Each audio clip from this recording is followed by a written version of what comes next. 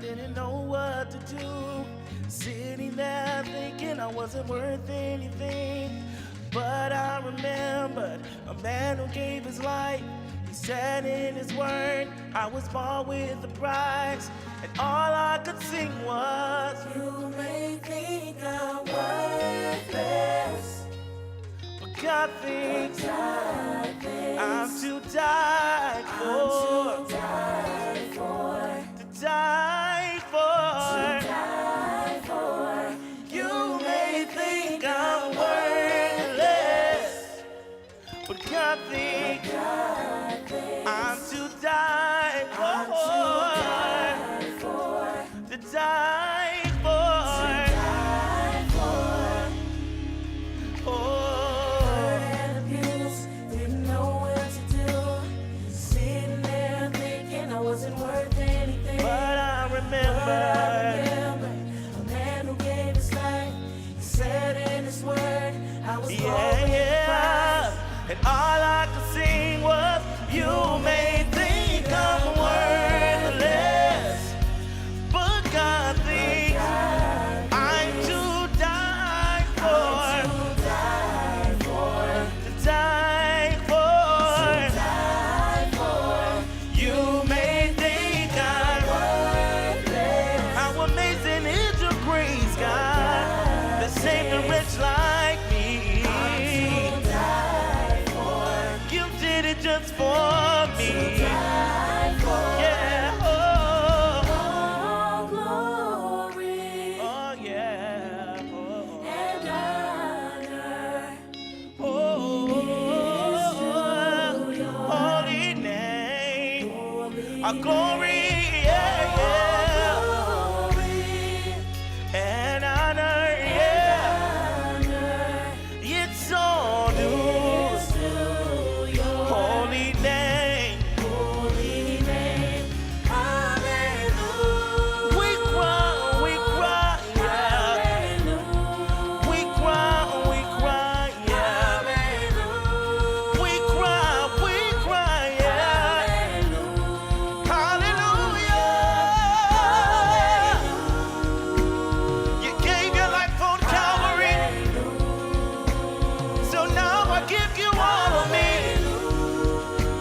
You did it just for me, and I'm grateful, yeah. All glory. It's all yours, it's all yours. It's all yours, it's all yours. Yeah. Holy name, all glory and honor. Oh, holy name. Oh, yeah. You may think I'm worthless, but God thinks, oh, He thinks that I'm to die for. And I'm so glad He died for me. He hung His head and died for me, just so I might be free. And now I'm free. Oh, hallelujah, I'm free. Oh, yeah.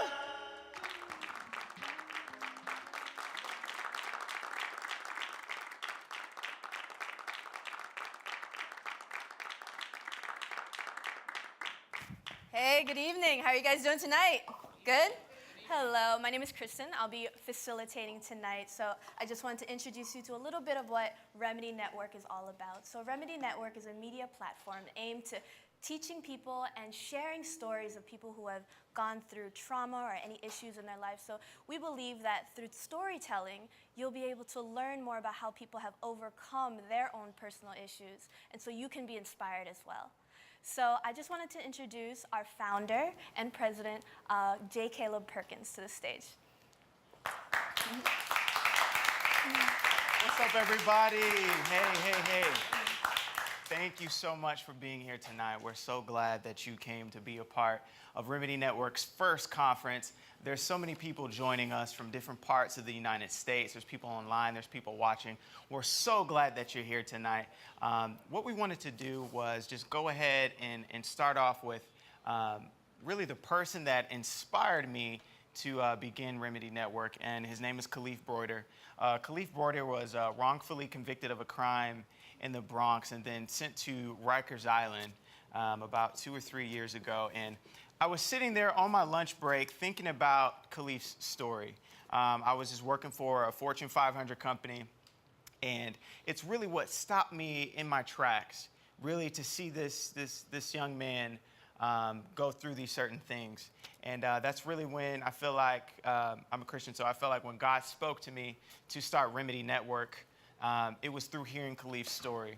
Kalief, unfortunately, committed suicide, I believe it was 3 years ago. He hung himself in his room in the Bronx. And that's when a lot of the team here at Remedy, when we began to talk and see, if we could create a network, if we create a system of change for people to be able to come together, especially for millennials in this generation. And so it was through his story that we just began to vision cast, and we began to think, how can we create this network of change for millennials? And so that's basically how Remedy Network was birthed. And so I want you guys to just give another round of applause. We're so glad to have you here tonight. It's amazing. I wanted to say thank you for everyone, for our guests, for our hosts. Thank you, Krystin, for being here. And especially TBN. TBN has been such just a huge gift. And they've been a huge partner with Remedy Network. And so we want to thank them as well. And so now what we want to do, there's some special people in the audience who help make everything possible. And I know you can't see them right now, but it's our board of directors. Catherine Chang and Tracy Gilmore and Mike Elmer as well has just been incredible with just releasing the vision, making it plain and simple. So I did want to thank them tonight. They're in the room, so thank you so much. And right now what we're going to do is I'll head it back over to Krystin, and we'll keep going. So we thank you guys. All right, so for those of you that are watching, we're going to... Thank you. So for those of you that are watching and are here, what we want to do is we want some audience participation. So we're going to be having questions for our panelists. So to ask your question on Twitter, you can do so on jcaleb77 on Twitter. So from there, just ask any questions you have about suicide or mental health issues. So we want to hear what you guys have to say and what you've actually experienced as well. So with that, we just wanted to bring Caleb back. Yes, awesome. Okay, so I know you guys heard in the beginning just the musicians here tonight. It was Marc J. Marc J is from Detroit, Michigan. He has an awesome album out called I Am God, so make sure that you go check that out. Amazing, amazing music. But what I wanted to do was just talk to you all a little bit about Remedy Network and our plan of change for New York City. And so many of the things that we face just in our lifetime, all of us have a story. We all come from somewhere. We all come from something. And Remedy Network is really a place of change to where young people can tell their story. Our stories are some of the most important things that we encompass in our own lives. No matter where we come from or what we've been through, we all have a story. And two things that we talk about at Remedy Network is pointability and shareability. Pointability is one thing that, even though we don't have all the answers to our questions or the things that we're going through our stories, what we can do is point people to the solution. And so Remedy Network, through our online platform, millennials in the city will be able to tell their story on there, and also they'll have access to a community of resources in the community that they can really partner with. The major theme for tonight, of course, is mental health and suicide. Just moving to New York City and just being here in the life of the city. I think I've been here for 8 months now. It hasn't been too long. But one thing that I have witnessed and recognized is the effects of suicide in our city. Statistics show that about every 5 hours, someone commits suicide in the city, and around 400,000 New Yorkers are struggling with depression. So it's definitely an epidemic. In a city filled with 8 million people, there's still people struggling. There's still people who feel like they're alone. One of our partners for Remedy Network is the Office of Mental Health with New York City. And they've just been an amazing partner that we've been able to speak with.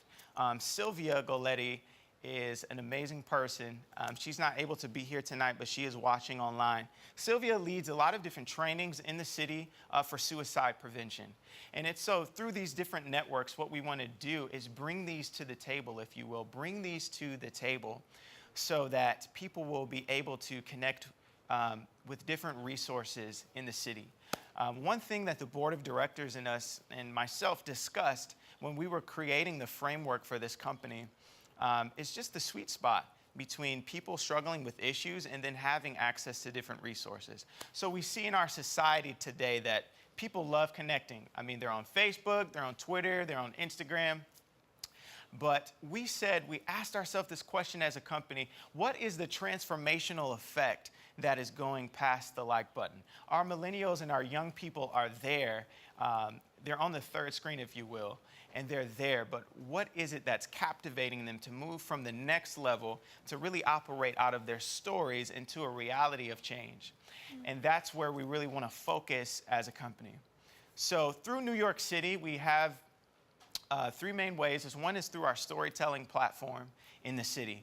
So throughout this year, we plan to have about 10 storytelling events in New York with different themes: a theme of sacrifice, a theme of overcoming, and tonight, of course, a theme of mental health. And young people will be able to engage, come to our meetings, and then, of course, give their story. One person in particular who is here tonight is Dariel. Dariel was the first person who shared his story here on Remedy Network. Dariel was focusing, and he was in school, still in school, but felt a lot of effects of police brutality that was happening in New York City. And so Dariel so kindly shared his story, and if you would love to see that, all you have to do is log on to remedynetwork.com, and his story is posted right there on our stories platform. But Dariel is such a cool guy. What he does is, I met this guy on the subway, and Dariel was giving his message of change and giving his story on the subway, and something stopped me in my tracks to really see, what is this young man about? I was able to meet and talk with him afterwards, and it was amazing to hear what Dariel had to say. I think Dariel represents something in all of us, to where if we were to sit here tonight and go through everyone's story, through where they came from birth all the way till now, I think we could all agree that we've been through hurtful experiences. We've been through traumatic things that have happened in our life. And just my story, really how Remedy Network started, was I was working for a nonprofit called Growing Leaders in Atlanta, Georgia. And while I was there, I'll never forget this. I was driving home, and I began to cry because I could see change just falling off people's life, and I could see people's lives being brought back together and mended back together. And it was just my faith in God that really brought that all together. And I said, God, what is all of this? And he said, it's a company called Remedy Network. Sorry, I still get it's crazy because I can still remember it like it was yesterday. And he said, it's a company called Remedy Network, and through this company, people's lives will be changed, and marriages will be brought back together, and young people will be strengthened. And that was 2012. So as a college student, I think I was a junior in college. It was just crazy to me because, of course, we're in the microwave generation, and of course we don't want to wait for anything. And I remember writing in my journal, the Lord saying that this company would start in 2016. And to me, back in 2012, I thought, well, that's like a million years from now, and I can't do that right now. But from that time to this time, it's been truly exceptional just to see the response. Moving to New York City, I love this. I met Tracy Gilmore, who is on our board of directors, most wonderful person ever. I was sitting in a Starbucks, and I don't know if anyone in the audience has heard of Miles Monroe, but I was listening to a talk of Miles Monroe on operating in the kingdom. And while I was listening to that, I was cutting out these little cards that I would hand out in the city just talking about Remedy Network.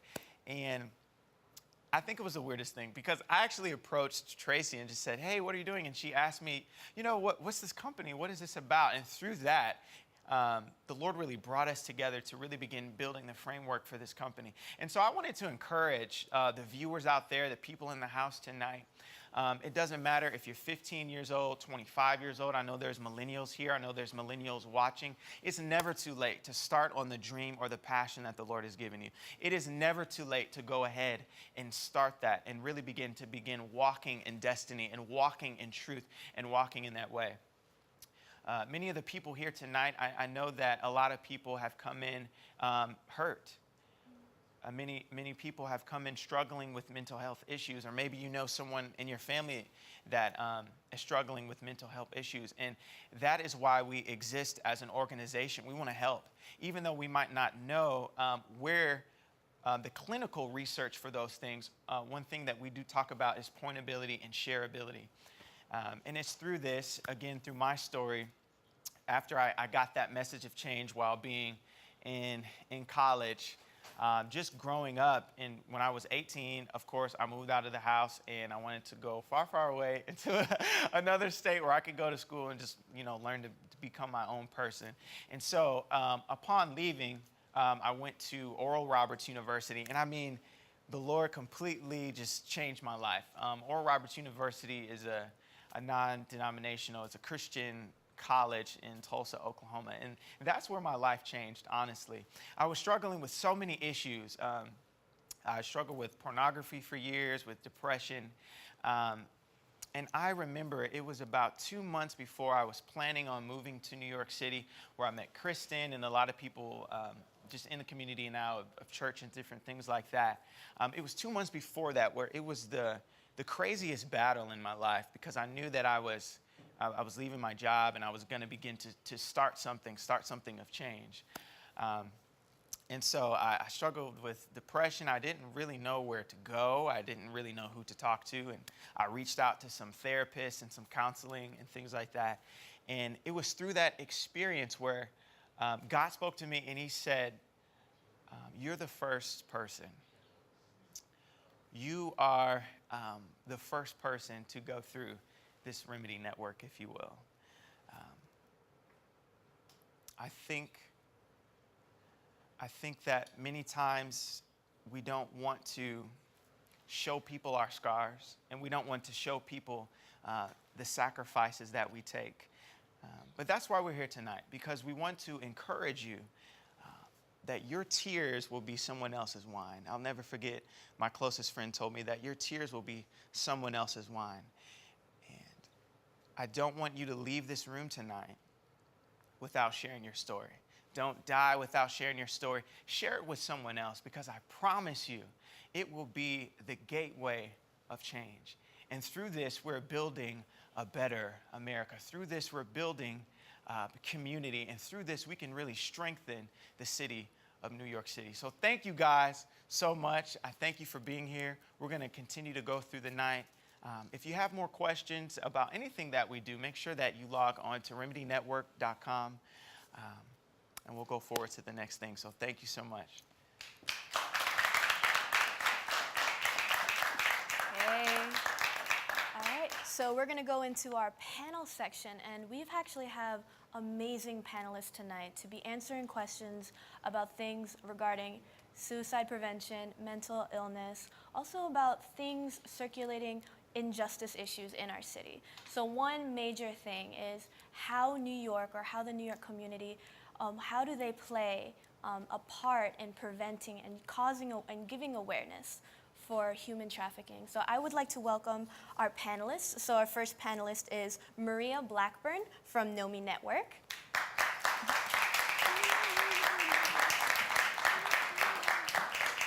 And then we have Raleigh Sadler from Let My People Go.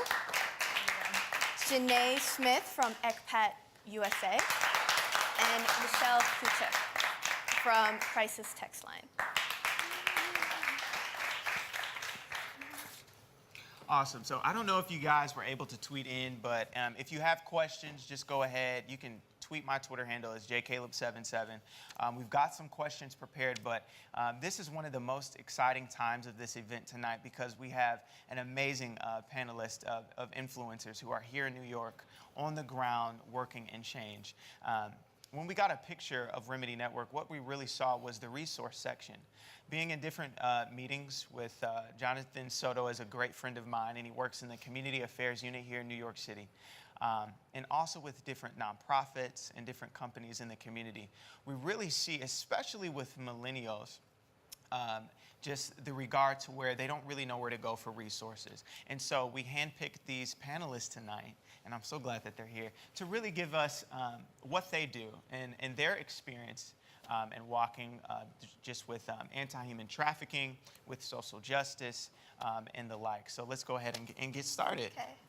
So I guess my first question is for Michelle. So in regards to intervening into a situation where you think suicide might be involved, what are some helpful tools that you would recommend for millennials or youth to use when engaging with their peers? Absolutely. So I work for an organization, Crisis Text Line, and it's a platform for people to text in when times of crisis. So instead of the traditional call center when you have to pick up the phone and call, we're meeting people where they are, which is these days more like via text. And so it actually was founded and really only went for young people, but now everyone is reaching out and it's targeted to everybody. And so Crisis Text Line is a resource for if you're in crisis or your loved one is in crisis, or you're just feeling a little bit depressed or nothing is too small, and that's one resource that you can use. Yeah. All right. So with that, what are some innovative or best ways that you've seen intervention change in the last 10 years? Yeah, so something that we found at Crisis Text Line was we actually exploded in growth. We launched really quietly in August 2013, and we launched in Chicago and El Paso. Yeah. And within a few months, we actually had reached every single zip code in the States, and that was faster geographical growth than Facebook when it first launched. Wow. And that's because we're meeting people where they are, and that's texting. And we're not the only organization doing this. And I think that that's actually one of the biggest innovative changes in crisis prevention recently is the fact that people are texting and not calling anymore. Yeah, I can definitely see that. And in response to identity, and a lot of, I think that with suicide or mental illness is a misplacement of identity a lot of the times. So one thing that I did kind of want to segue into was we do have people that have come to the States or have come to New York, not necessarily by choice. So I wanted to ask the rest of the panelists, what are your, how would you define human trafficking, or how would you best explain it to communicate to other people, and how do you think people could get involved? I guess that's one thing I'll actually throw to Maria, because you guys actually have a non-for-profit involved in engaging those women or those people. Sure, yeah. So human trafficking is the coercement and the selling of humans. So it happens in many different ways. There's sex slavery, there's labor trafficking, child trafficking, organ trafficking, the list goes on. Yeah. And Nomi Network, particularly the organization that I work for, deals with economic empowerment, so preventing human trafficking before it even happens and giving aid to women that are survivors or at risk of human trafficking. So what we do is provide training and leadership skills and entrepreneurship skills so that women can become financially independent. And we do that through market access and leveraging the fashion industry. So there's many different ways that we can get involved in that fight. Yeah. I've got actually a quick question for Maria. So I heard that it was a really cool story how Nomi Network started. Can you tell us a little bit about that? Sure, yeah. So Nomi started in 2009. It started with our co-founder, Diana Mao. She went on a trip to Cambodia when she was a grad student at NYU. Wow. She was doing a microfinance fellowship with the World Bank and was interviewing a few different clients out in the rural regions of Cambodia. And there she encountered a man who was a widower. He had 7 children, can barely feed them all. And at the end of their interview, he offered his youngest daughter to her male colleague. And it was just in that moment she realized human trafficking is not just a number. Yes, there are about 32 million people trapped in slavery, but she saw that this is a real person and a real thing happening. So, and she could see in his eyes that he didn't want to give her away. It was just out of being desperate and having the lack of opportunity in that region, poverty. So she at that moment decided we need to do something about this and provide economic opportunities in these regions and to people who just don't have that. So that's initially how Nomi started, and we got 3 more co-founders on board and started our pilot project in Cambodia, working with the different nonprofits and social enterprises that are there, working with survivors. And then we eventually went into India and provide direct training there as well. Wow, that is amazing. Well, Raleigh, you're also involved in the anti-human traffic movement. Tell me more about Let My People Go. Absolutely. Yeah. Let My People Go is an organization focused on fighting human trafficking by loving those most vulnerable. And as we see human trafficking happening in every country and in every state within the United States, I have to wrestle with the fact that it's happening everywhere. It's happening in every community, but guess who else is in every community? The church. Yeah. So what would it look like to help the local church address vulnerability, to help the local church care for those people who traffickers would target? Yeah. And so we go into churches and help them create infrastructure through which they can actually care for those needs holistically, to where they can meet spiritual as well as physical needs. And we do this through helping them create innovative practices as well as collaborate with those who are actually doing the work. But we don't just go at it from a pragmatic level. Yeah. We do this with a gospel motivation, because if guilt is your motivation, you're going to do good work for like 5 minutes. But what would happen if you could rest in the fact that Jesus lived for you, he died for you, and he rose for you to set you free to love others? When we depend on the gospel as our motivation, we're actually freed to love people without the guarantee of reciprocity. Yeah. And my passion is to see churches do this for the long haul. Yeah, that's amazing. And I think there is something to that unity, because through that unity, we're able to provide a witness, no matter what that program is, whether it's social injustice, education, whether it's through any other means. But it's really through mobilizing people, mobilizing communities to really stand behind a movement, whether it is whatever movement can best serve their community. I really find that with working with CityServe, we're constantly trying to mobilize people to bring more awareness to the issues that are being faced there. So Janai, I actually wanted to ask you a question about ECPATUSA. Like, how are children or how are youth being mobilized to spread awareness about human trafficking or child trafficking in this case? Thanks. So the main way that we do that is we go into different schools and different organizations and teach youth about the issue, because they are our key stakeholders. Yeah. They're the ones that are most vulnerable for sex trafficking and trafficking in general. And so we take them through about a 4-week session, depending on the school's needs and wants, but we take them through a few sessions of teaching them exactly what human trafficking is, what sex trafficking is, what it looks like, who's vulnerable, what the traffickers are looking for, how they're targeting people, whether that's through the internet or through fake modeling agencies. And we really give them kind of the outline and overview of what that is. And a lot of the students, after hearing about it, they're like, oh my goodness, this could happen to me so easily. Like, I want to do something about it. And so it's that piece that that took us even further with our education. Like, at first it was just, we want to raise awareness so that the students have these skill set that they need to protect themselves. But the students were like, well, no, I don't want this to happen to any of my peers. I don't want this to happen to me. What can we do? And so that's where we incorporated the activism component. And we basically just asked the youth, well, what do you want to do? How do you want to make a difference? And so some of them like to do peer-to-peer workshops. Some of them like to raise awareness through through rallies. A few of them have done like film screenings on films that raise awareness about it. So it's really youth-led. It's what they like to do. You know, sometimes we get the kooky ideas. They're like, well, we want to send a helicopter across the sky and say that trafficking is bad, which is great. We're like, okay, well, one day when we have thousands of dollars, we will do that.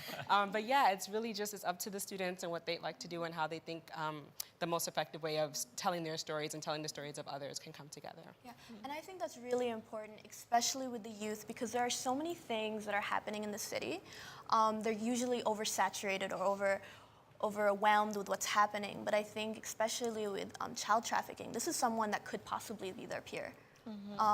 And all of a sudden, but they don't know that they're suffering in this way or that they're literally held in bondage. But they're never able to hear about these things. So what do you guys, like, I'll throw it back to the entire panel, so feel free to jump in. How do you guys, what is the things that you feel are the major hurdles or challenges you guys have encountered in each of your non-for-profits facing, whether it's child trafficking, sex trafficking, human trafficking, or also even spreading the awareness that there is help available if you've gone through a traumatizing experience? A friend of mine, she had been trafficked into pornography, and I was asking her, I said, what did the church do for you? When you were being exploited, what did they do? And she laughed at me. So I knew there was a story there, so I was like, okay, explain. And she goes, for 5 years, I went to church every Sunday and no one noticed. I didn't even know. I think there are well-meaning people in church pews all over the country and the world, but if they don't know how to identify it, they can't respond to it. And so for me, it's really the purpose of Let My People Go is to jump over that hurdle and say, hey, here are some tangible ways that you can stand against exploitation in your community. It's actually related to something that I think a lot about at my organization, which, you know, we've actually in our society, I think, moved towards a greater recognition that there is stigma behind mental health and suicide, but we're still stuck in this thing of like, well, we don't want to talk about it because that'll put the idea in someone's mind, which is a myth, and just getting more acceptance of just talking about it. And I think something that also comes up is if we're, you know, if we're in a bad place, or if someone that we know is, we think, oh, well, other people have it worse, and so I'm not going to reach out. And that's also a myth. You know, a lot of what we do in my organization is intervention, but a lot of my work is prevention, right? Wow. And so doing that, reaching out when you're just feeling like a little bit bad that's not a thing at all. It shouldn't be a thing, but we think it's a thing because we think, oh, other people have it worse, or my life is fine and we shouldn't reach out. And just increasing the awareness that just merely human connection is so preventative and such a protective factor is really, really important. And a lot of what we do is not waving some magic wand and giving a pill that just makes it all go away. When people talk to us, their problems are still there, their hardships are still there, but what we can do is shoulder some of the weight of their pain in speaking to them in our trained way of crisis counseling. I got a question for the panelists. I know just a lot of the young people that I talk to just in the city, they don't know how to start. We're in the city where dreams come alive, right, supposedly. And there's a lot of young people that don't really know how to start or get the ball rolling or to start that. What would be some of your advice to really give some tangible tools on, you know, whatever it is, how do you get that out of dream mode and get that into, you know, start mode? I think there's so many different ways to get involved. There's so many different ways to easily get involved, and also big ways that we can get involved. So something that I always like to mention is that 68% of all raw materials, that's coffee, cocoa, and cotton, those are all touched by slave or child labor. And that's a U.S. State Department fact of labor, U.S. Department of Labor. And people don't realize that in every purchase they make. So that's something you can do tangibly every day. Just think, what am I consuming that might be contributing to slave labor? What can I do to end slavery in the supply chain? So getting your coffee that's fair trade, getting fair trade chocolates, just investing in brands and nonprofits that are empowering women, empowering people that are vulnerable, and just making those changes in your daily consumer life. I think that's an easy way to ease into it. And then there are bigger ways, like becoming a mentor or becoming a tutor to at-risk youth and being a presence in their lives so they know there's a constant in their lives, even though they might come from a broken home. They know that you're there. Really good, really good. Anyone else? I would just say reach out to the people who are already doing similar work, Yeah. and speak up mostly. Like there was a student at Brooklyn Tech who wanted to start an anti-trafficking club at her school, but she didn't know where to begin. So she just did simple research. She came across ECPATUSA and was like, hey, could you help us? And I was like, actually, that's what we do. So I think it's just really about just really, identifying what you'd like to do and then reach out to the organizations that are doing that or doing something similar, and you can always make those partnerships and collaborations. That's true. Well, I heard a little bit about how Nomi Network got started. And so we heard that story about who Diana got in contact with when she was in Cambodia. But I'd really like to hear some other really good success stories that you guys have met, whether it's from your organization or from people that you've just met on the street or been counseling. What are some really cool stories you think that other people should hear to inspire them? To get involved or also just to share their story, because this is a storytelling platform that we have. And I think that's the most, you can't argue with a story. You can argue probably with certain things that you see on the internet, but in terms of a story, it's just so powerful because it really hits the heart. What are some cool stories you could share? Recently, a pastor called me and said, hey, since you and I have been hanging out for a while and I'm really learning kind of the signs of human trafficking, I think one of the people that we're working with in our community, who was a homeless gentleman, I think he may have been trafficked. So this pastor and I, we talked about the signs, and I was able to connect them to an organization here in a city that is helping people who could be trafficked and helping them with aftercare. And it was incredible because in that moment, it proved the model.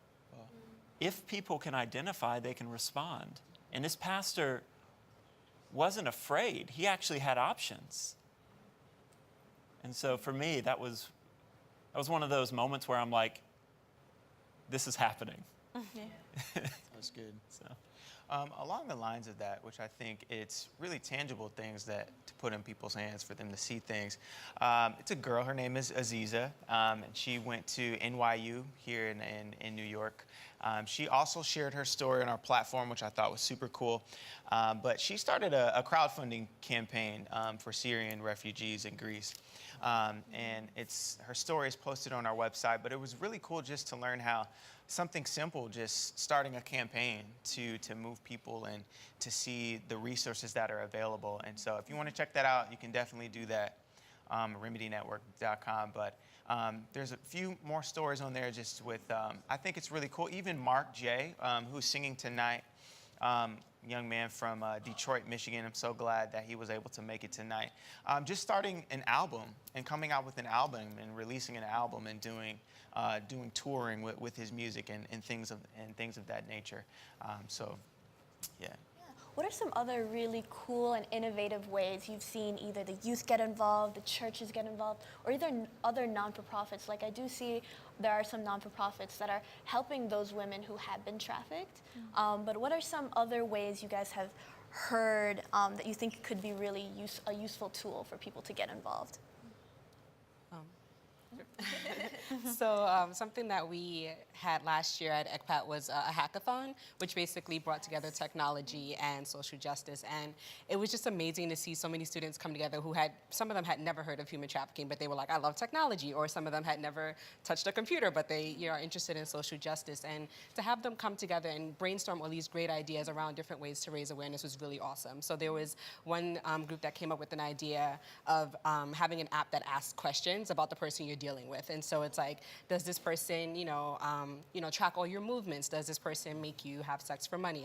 And at the end it would say, okay, you might be a victim of trafficking, here's some resources. Or some of the students came up with an idea of kind of a choose your own adventure website where it was like, okay, you're walking down the street and this person offers you this amazing job. What do you do next? So it was just really great to have them come together and really share all these innovative ideas on just different ways to raise awareness around it, as well as kind of prevent trafficking from happening. That's amazing. Before we ended this segment, what I did want to say that what's happening up here, we would love to continue that work in the city. We would love to continue to extend that vision. This is just a very small different sectors that are represented here tonight. I think it's important to note that it only takes one person. It only takes one person to invigorate change in a city and in an area. And what's happening up here, I love it. I love it. And we want to continue that, especially with our organization. And so I want you all to know here tonight that you're helping that you're supporting that. And just starting at the grassroots level and having you here tonight means so much just to everyone here. But really that you play a part. And I really want you to think as you're sitting there, some of you are taking notes and things like that. Once you're sitting there, think about how could you tell your story in the city? Many of us have come from different states. You know, myself being from Michigan, we've got other people in the house. I see people from Florida in the house, even people from different countries in the house, right? Taiwan and the like. So think about that and think about what theme does your story fit in? One thing about Kalief's story is I always thought, so right before he committed suicide, he posted a message on Facebook. And so we can kind of see the converging of two different worlds here. We see social media, we see nonprofit work, we see solutions, we see resources. So what is bringing this web together, if you will? So I thought to myself, what was the missing effect that led him to it? I mean, I don't have any clinical research on it, but I'm thinking, so Kalief posted, and sorry for just breaking it up, but this is how I just felt led to say this. So when I saw that online, he had posted a story just saying that he was sad and something like that. Something really cool. I saw a lot of entertainers reach out to Kalief, that Jay-Z and Beyonce here in the city met up with him. That didn't get a lot of press. That never does. But Jay-Z in the city reached out to him, got coffee with him, so did Rosie O'Donnell. So I see these different sectors, and I said, what is the missing element that is really bringing forth the change together? And I think about that it could have been me. I honestly thought, because Kalief was only 2 years younger than me, or at the time, 2 years younger than me, so I'm saying that could have been my story. But one thing that I'm excited about is that we're starting. That we're starting. Can we clap about that tonight? Is it okay? That we're starting. That we've got to start. Yeah. That we've got to get the ball rolling and start that. And so, yeah. I actually wanted to hear from each panelist about their vision for how they'd love their story to be told throughout, whether it's on the internet or through New York or through TV. Like, what is really your vision for each organization you're part of, and how can the youth get involved? So I'll just throw that to you guys.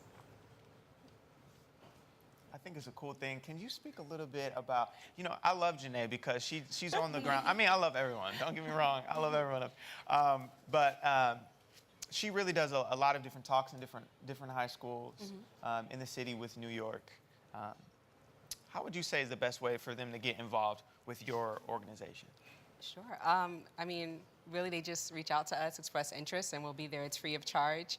And, we tailor our program to the schools and whatever they need, whether that's an in-class session or an after-school session. It's really up to them. And we work with all groups, all different sizes. So whether it's 2 students or 100 students, we're willing to work with them. So, Michelle, I actually want to ask you, there's so many resources that you guys have at your organization, but if someone was to grab one resource that they can just kind of run and start with, what's one resource you would really recommend them checking out? Can you elaborate more on what you mean by resource?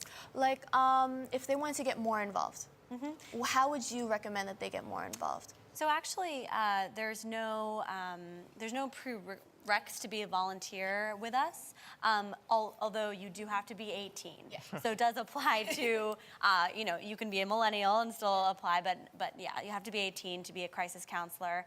But you don't have to have a degree in psychology or anything like that because you go through a pretty rigorous training. Yeah. It's not guaranteed that one makes it through the training, but these skills, the skill of building trust and building rapport and just establishing a connection to another human being is learnable and just requires a lot of empathy, and we call it active listening skills, and just a studying of the protocols that you have to have when risk assessing another person. But the really interesting thing about this work that we do is it's very niche in a way because psychology is a huge field, and this particular method of crisis counseling really relies on a lot of empathy, being non-judgmental, non-directive, and having a lot of positive regard for the person, but it's learnable. And that's always been really exciting for me because I learned it, and I think that it's a really beautiful thing and can really contribute to how you are in your life as well. Yeah. Because you've worked a lot in psychology as well, which is really cool. Yes. What were some of the biggest thing that you learned just through your research and through your study with psychology?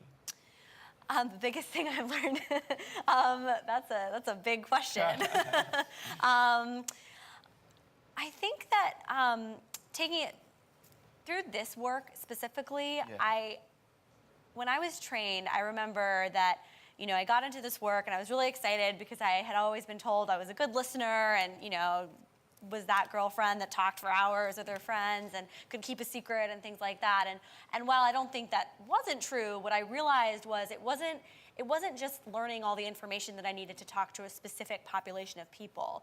It was just that you're not trying to figure someone out in doing this work. You're just trying to establish a connection. And surely there's protocols that you have to follow and procedures that you have to learn, but it's not about trying to figure out the why.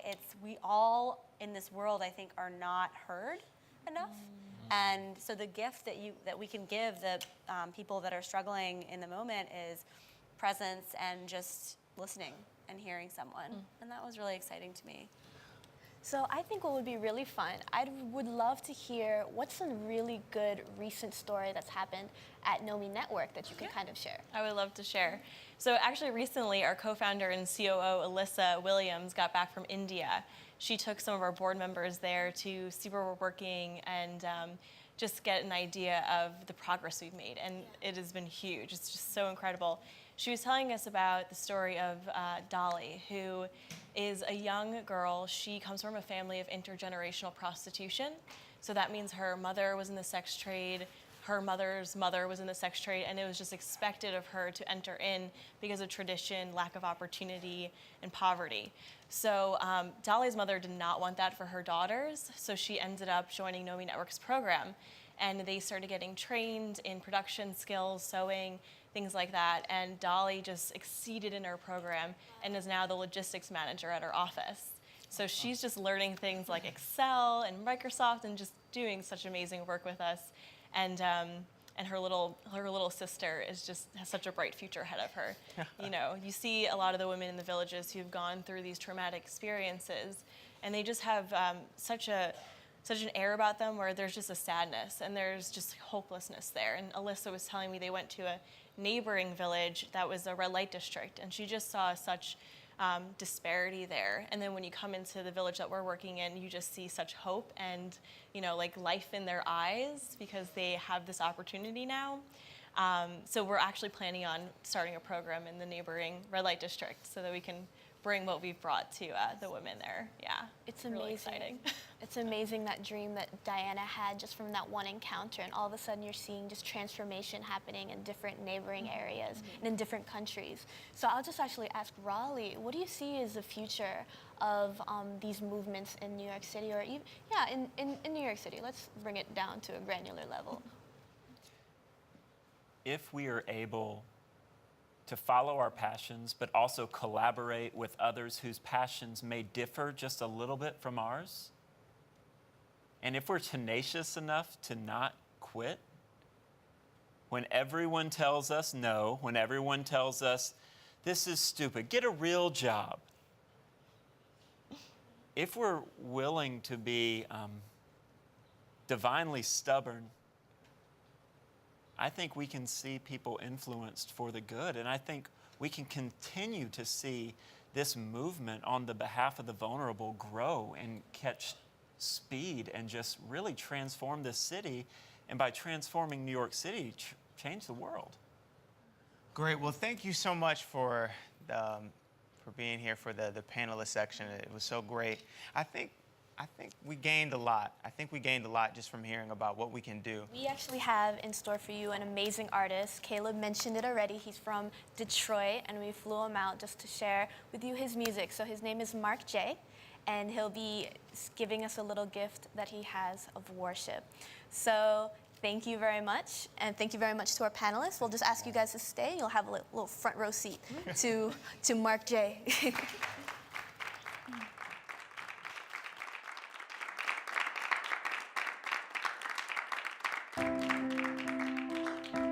How many know that God will never leave your side? Oh, yes.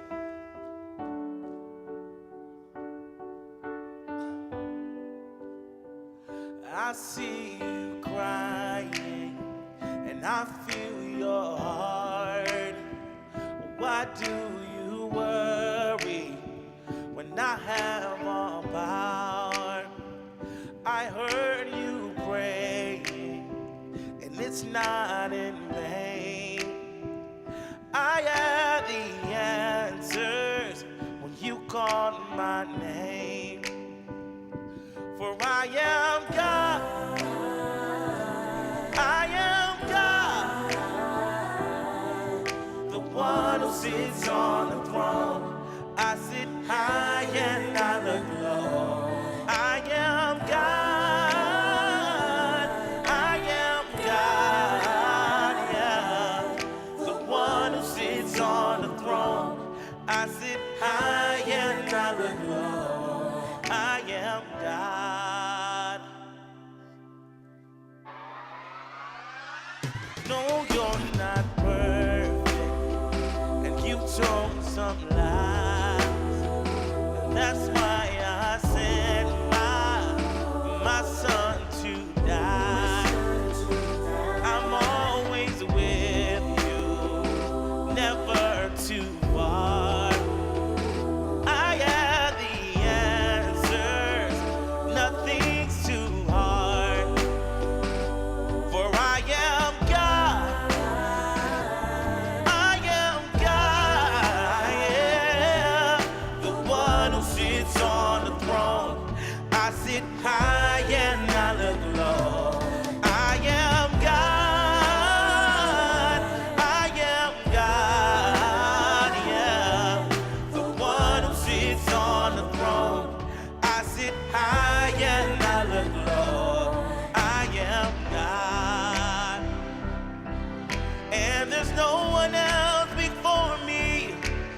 You don't have to worry, I'll be right there. And he says this, I'll never leave, and nor will I forsake you. I'm God, I'm God. No matter what you go through, I'll never leave, no, and nor will I forsake you. I'm God, I'm God. Oh, I will never leave, I'll never leave you, nor will I forsake you. I'm God, oh, I'm God, I am God. I'll never leave you, nor will I forsake you. I'm God, I am God, I am God. I'll never leave you, no, I won't leave you, I won't forsake you. I'll be right there, right by your side. I'm God, yes I am, yes I am. Same yesterday and today and forever.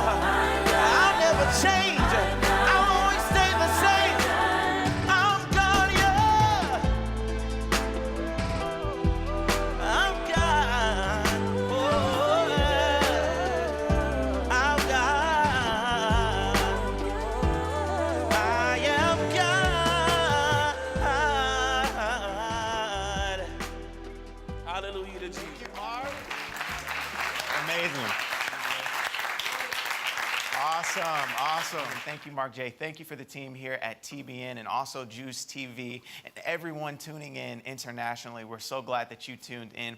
So we thank you for coming. Have a great night. Awesome.